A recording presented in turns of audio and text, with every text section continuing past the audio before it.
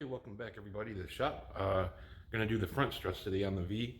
Um, there'll be a couple extra things I gotta do up top just because I have some things mounted to the brace that goes across that we have to remove.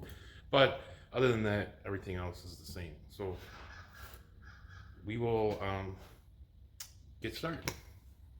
So for the front upper control arms, I got these bushings here to replace the rubber ones since I'm going to have them out, so I just figured it was a good time to do it. And then here is the stock OEM mag ride fronts. These just spin, so you just got to set it where you need it so that the bottoms will line up with the tops when you bolt it up. So you have to be wary of that. The first thing I'm going to remove is this arm here that goes to the sensor. It's a 10 millimeter. I already started it. It just use an open end. It looks like you could pop these off, but you know what? I know with my luck, it'll break. And you don't feel like buying something that's not necessary.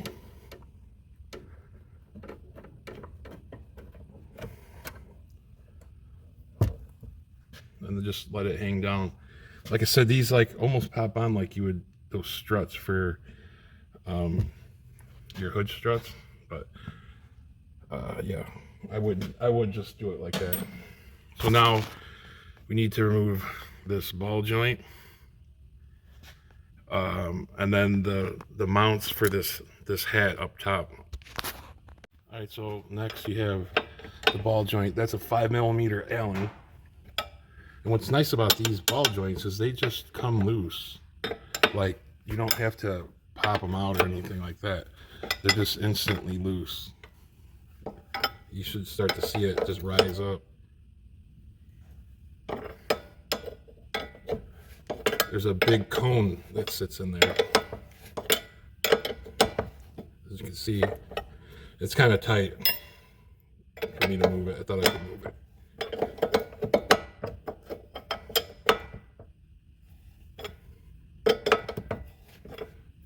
You just saw how easily that moved. So I'm just going to continue taking that nut out, and then I'll get to the top.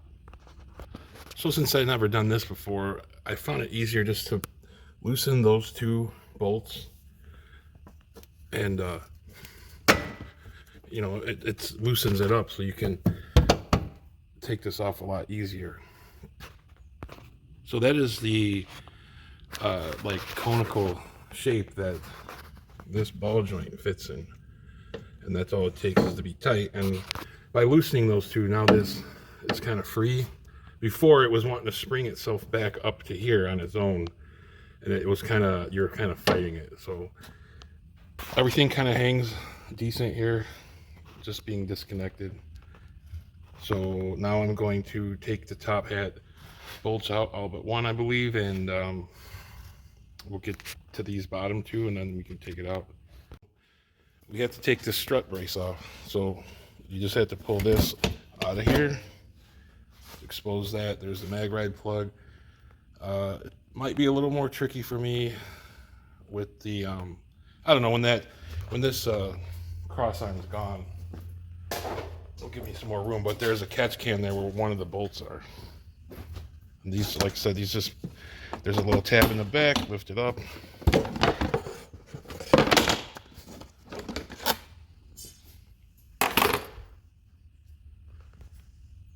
And I have, well, I can just unplug it, so that's easy. Yeah, so I have one bolt over there I have to undo, and then this plug, this is for the aux pump that I have. Okay, so what I did is I got this brace off. That's the hardest bolt, although once you break it loose, you can practically spin out with your hands. So I did have to take the mount screw for the catch can off so I could kind of move it around. And then there's a drain hose that runs all the way down just to make sure I didn't pull it out of the hole. I don't think I did. This side, much more room. I just have one bolt on each side holding it, so I'm going to take the lower shock bolts or strut bolts out, And then all I need to do is take these top ones out, and then they're gonna come out. So I have the two 13mm bolts out, and it's just kind of free. I got the top one bolt up there still tight all the way. This side is just held on by one, so I just gotta lower it down and take it out.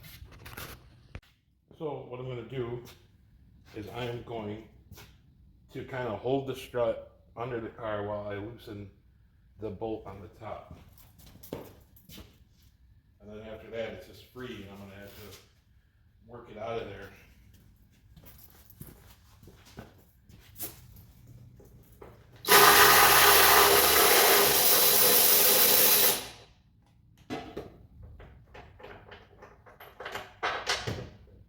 There's nothing holding it.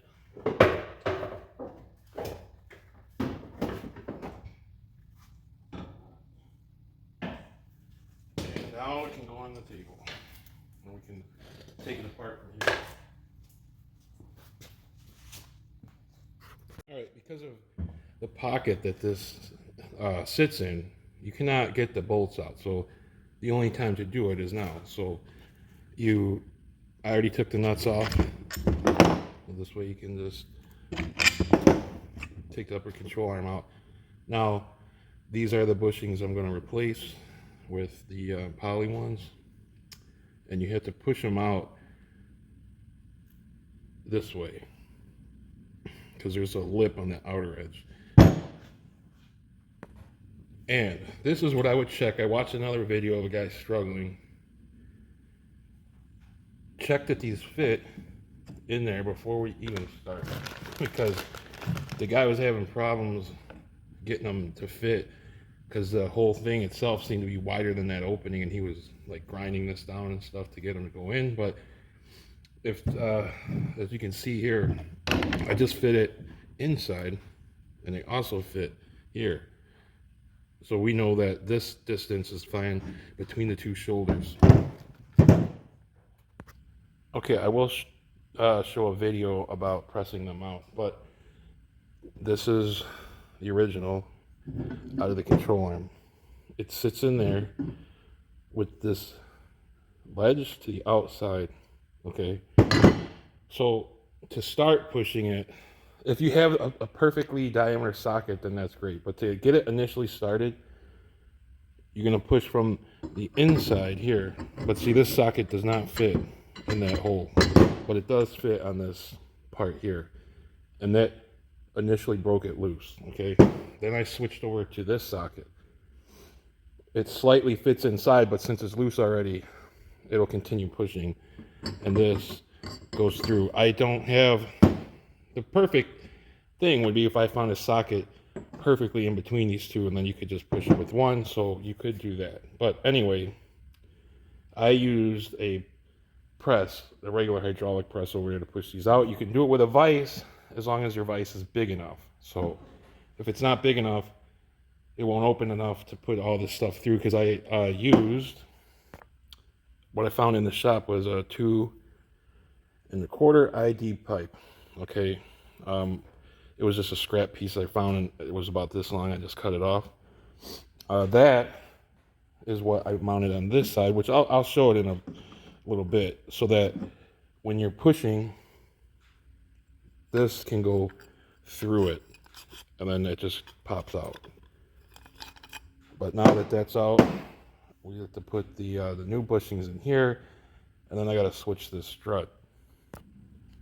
So they give you this grease here that they want you to spread out on the inside.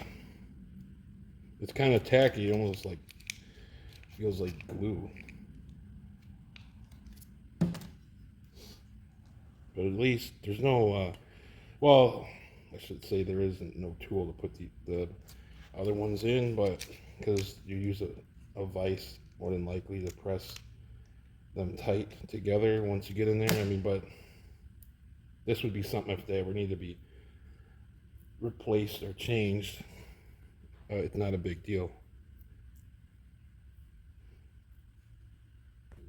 So this is what I'm talking about with the vise. We're gonna push the two halves together tightly just by squeezing it.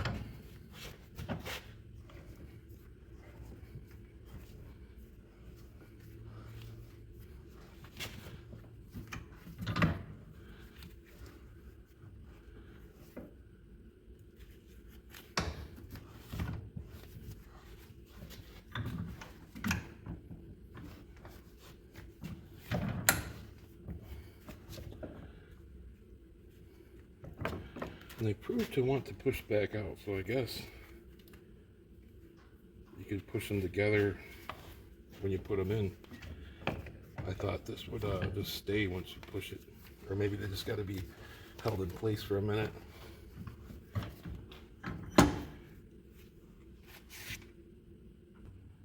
So this is why it's nicer for me to mess up so you don't have to. So the reason why they were popping back out is because with this in the middle, it was actually making an airtight seal in which the air was pushing them back out.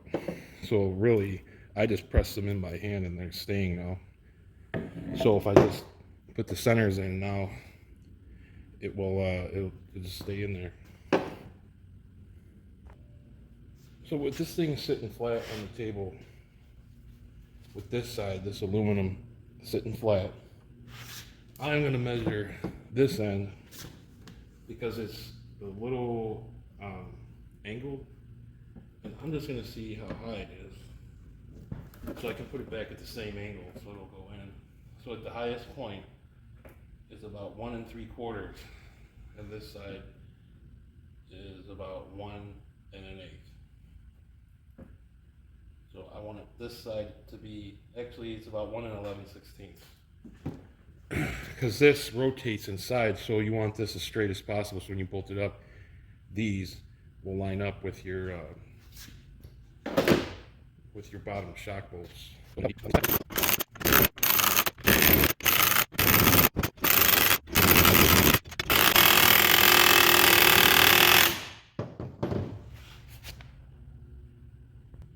I thought it wasn't going to make it, but it just did. I tightened it just a little more. We're just about out here, but it's loose in here. So I'm going to take this top nut off, and we should be able to slide the whole spring or whole strut out of there. So I got that top nut off that holds it to the hat, and now I'm going to pull the spring out of there, or the strut out of the middle.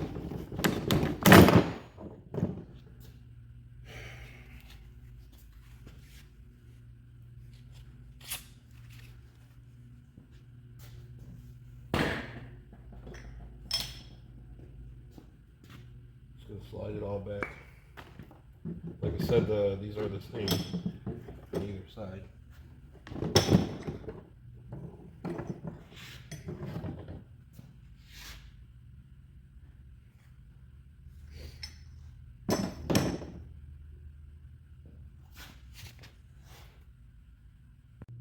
So in between here, under this head, I got the new one in already. There is this spacer, the white spacer, and a black, like washer looking thing. So you just want that, make sure that's in there.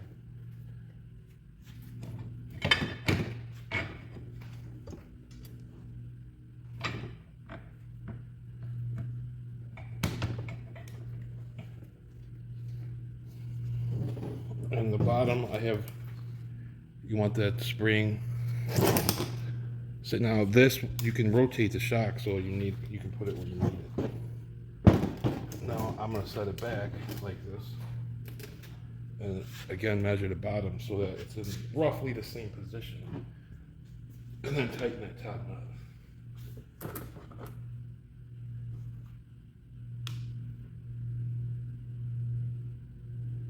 So it's basically about where it was, so I should be able to just tighten this thing up and be ready to go back. Okay, so I put this piece back on here. This is what holds the magnetic ride plug on. I got the control arms put in. They pretty much just went in, just had to tap them lightly to get them in position for the bolts to go through. But there you have it. That's all ready to just go back in. Okay, this is the setup I used to push this out. This is the bigger socket.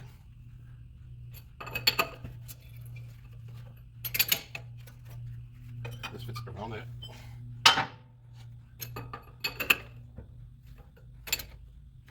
This one is going to just get it started pushing through. It's already started moving. Like I said, it would be ideal would be a socket that is perfect size, but I don't have it.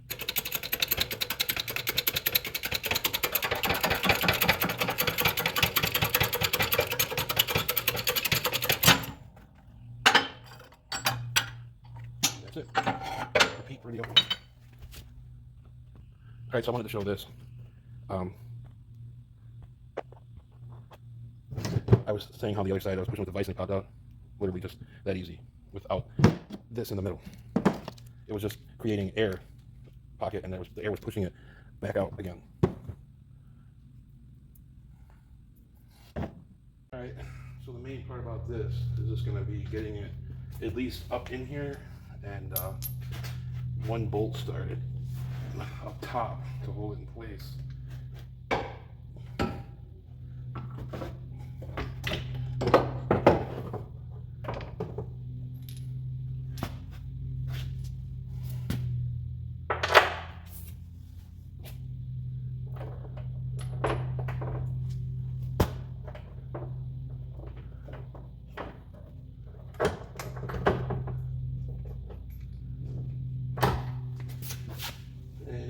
I got it. So the rest is just a matter of putting the rest of the bolts in. So this is where having this bottom part lined up where it's supposed to be, how I measured it, where it was like 1 3/4 higher, or 1 3/4 at the top. This thing lined right up, so it was very easy to put these screws in. I just used these to slightly bring the control arm up to the shock, but that was it. So now it's reconnecting this ball joint. Just as a side note, this wire here never got tight this whole time working on it, so it wasn't in danger of ripping it out. So with the upper control arm, I just planned on tightening the mounting bolts for the control arm when I'm done. This way it can move around easier. So as far as putting this back, you're just gonna get this back up. It's much easier than it was taken apart. And then use your 5mm Allen on the stud, and then just tighten it up with an 18. And then we'll be rehooking this link here. So I got this is tight on both sides. We're gonna reconnect this thing here for the sensor.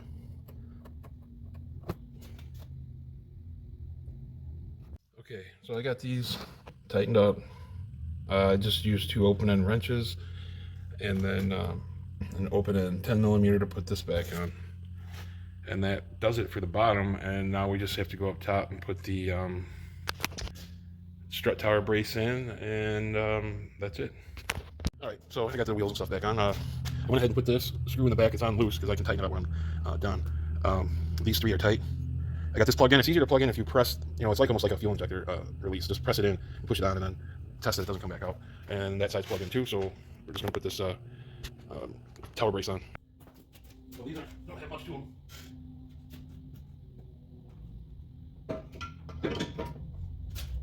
And I think while it's loose, I'm going to put this screw in that holds the catch can to that before I tighten it down. So I never had the struts off before, so I forgot you have to put this bolt with the stud on it first. And then this space will go over it.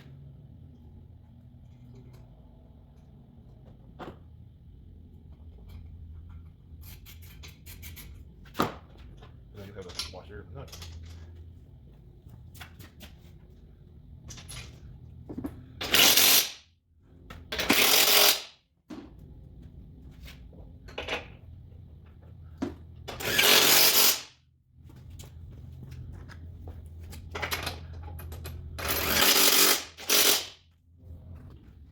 All I got left here is hooking up my box pump back up. The LED light came back on, so we know we're good there. That LED light's on all the time when it's powered up. That's just how it's supposed to be. And then just pop your covers back up underneath this rubber piece.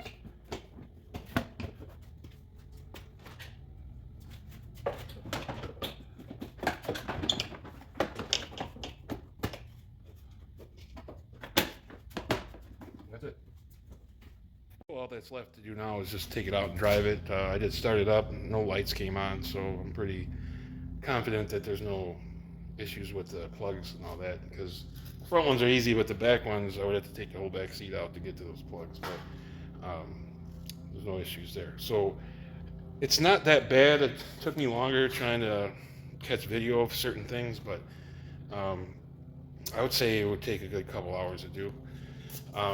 The press, I think, is better than I think what a vise would be. You would need a large vise that opens really wide to get the pieces in there to do how I did it.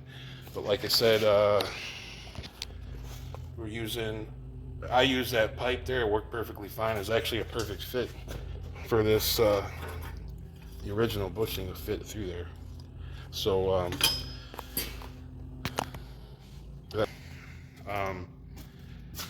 you don't have to change it, but another thing while I'm thinking about it is those other bushings, the stock ones had like a memory. So like I said, when I unbolted the ball joint, the A-arm wanted to shoot up because it was obviously tightened with weight on it or with it sitting or resting. Like the inner, I don't think the inner bushing rotates with the rubber, so at least it does. It's like one with it. So with this, when you tighten down these new bushings, really the only thing that's holding it and spreading those two ears apart where you slide it in is the center pin. And the outer bushing, it kind of will move around that. So it doesn't have like that same memory. So if you tighten it up, it's gonna be able to be moved, up and down. So we'll see how that goes. But I did put their grease in it that they want. I don't know how long it lasts, but I don't see how any air would get in there since it was like airtight and I was trying to squeeze it together. So I would say I'm not gonna have to worry about that. So we'll see how it is. I can't wait to drive it actually, though. Maybe I'll do a separate thing on that to see the difference. There's got to be a difference. Those back shocks were toast and these front ones are solid as a rock. So we'll see. But future plans for this thing this winter, possibly, well, not possibly, just when the time is right, I am going to get a set of heads for this car. We'll see how the boost goes with that. It might drop a couple more, 2-3 pounds of boost with a good set of heads. I might pull it back up so that I'm sitting where I'm at now, and we'll see if we can get this thing up another 100 or so. And I think I'm going to leave it. It's a very good driver. I mean, with the stage 1 cam in it, it just drives practically like stock, just got more up top. So, but that's another episode. So if you like what you see, please like and subscribe, and we will catch you on the next one.